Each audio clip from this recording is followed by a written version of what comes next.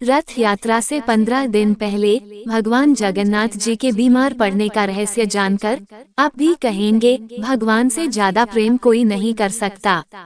नमस्कार दोस्तों, अध्यात्म सागर में आपका स्वागत है।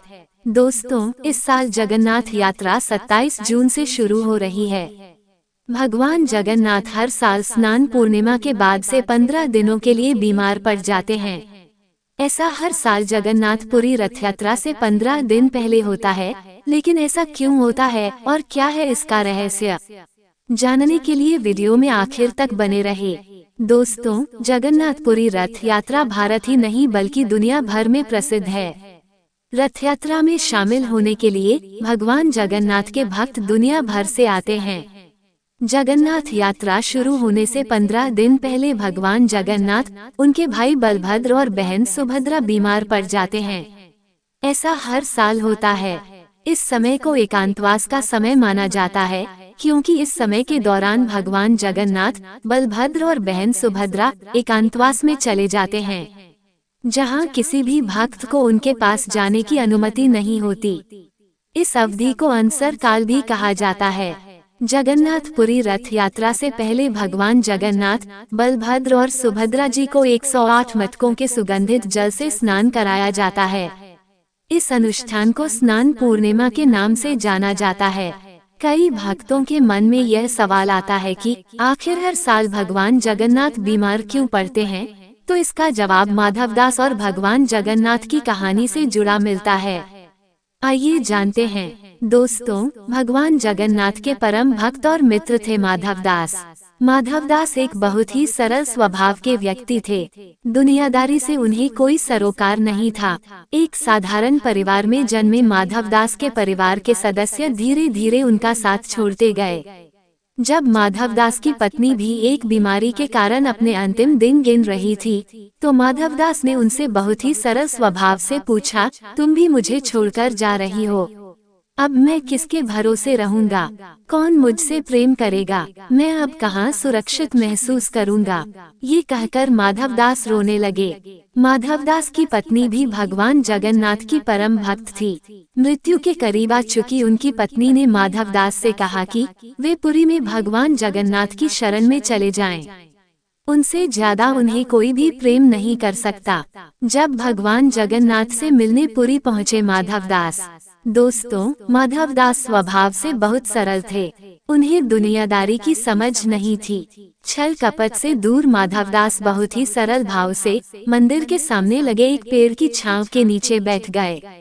जब मंदिर के पुजारी माधवदास को प्रसाद देने आए, तो माधवदास ने प्रसाद लेने से इनकार कर दिया। उन्होंने कहा कि वे अपने प्रभु भगवान जगन्नाथ के हाथों से ही प्रसाद ग्रहण करेंगे। माधवदास ने पुजारी से भगवान जगन्नाथ को बुलाने के लिए कहा।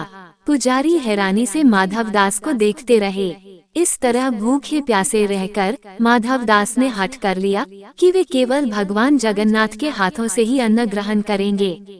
जब भक्त माधवदास की तपस्या देखकर भगवान जगन्नाथ को आना पड़ा। दोस्तों, माधवदास जी की सरलता देखकर भगवान जगन्नाथ का हृदय पिघल गया और वे रूप बदलकर माधवदास के पास अन्न लेकर पहुँचे, लेकिन माधवदास ने अन्न ग्रहण करने से मना कर दिया। माधवदास ने कहा कि उन्हें इस संसार में सबसे ज्यादा विश्वास भगवान जगन्नाथ पर है। वे केवल उनके हाथ से ही अन्न खाएंगे। यदि भगवान जगन्नाथ अभी तक उनसे मिलने नहीं आए, तो साफ है कि वे माधवदास को अपना मित्र नहीं बनाना चाहते। माधवदास जी ने रूप बदलकर आए भगवान जगन्नाथ को गले लगाकर रोते हुए पूछा कि तुम बताओ मित्र, जगन्नाथ जी उनके प्रेम को क्यों नहीं समझ पा रहे हैं? इतना सुनकर भगवान जगन्नाथ जी भावुक हो उठे और उन्होंने माधवदास को अपने वास्तविक रूप में दर्शन देकर अन्न ग्रहण कराया। जब भगवान जगन्नाथ जी ने माधवदास की 15 दिनों की बीमारी अपने ऊपर ले ली। दोस्तों, माधवदास कई वर्षों तक पुरी में रहकर भगवान जगन्नाथ जी की भक्ति करते रहे और हर रोज उनके दर्शन करते। दोनों मित्र बन गए। कई वर्षों बाद प्रकृति चक्र घूमा और माधवदास युवा अवस्था से वृद्धावस्था में प्रवेश करने लगे। इस समय के दौरान माधवदास जी बीमार पड़ गए। उनकी बीमारी में भगवान जगन्नाथ ने दिन रात उनकी सेवा की।